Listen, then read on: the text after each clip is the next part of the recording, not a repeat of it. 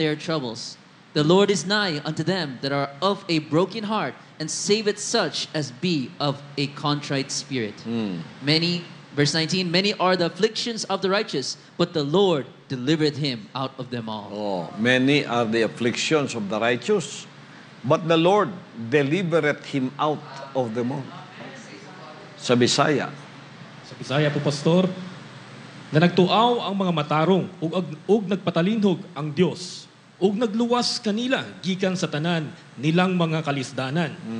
Ang Dios haduol ni adtong mga dugmok ug kasing-kasing ug nagaluwas siya ni adtong mahinulsulon sa espiritu.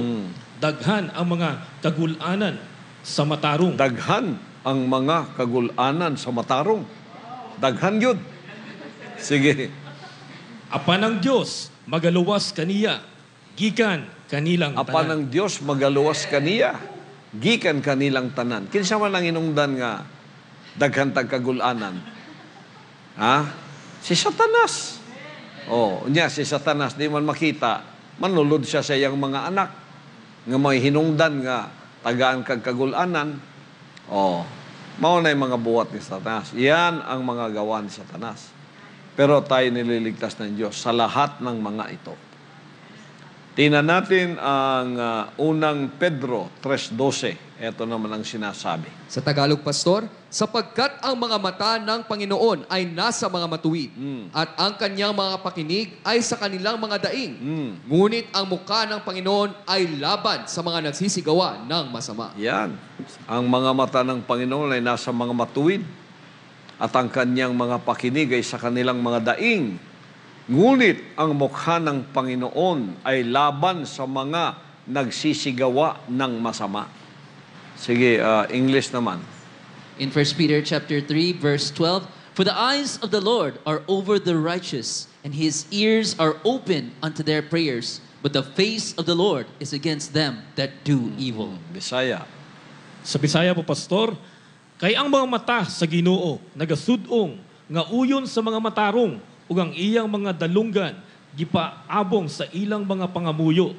Apan ang nawong sa Ginoo batok sa mga nagabuhat ug dawtan. Oh, ang nawong sa Ginoo batok sa mga nagabuhat ug dawtan.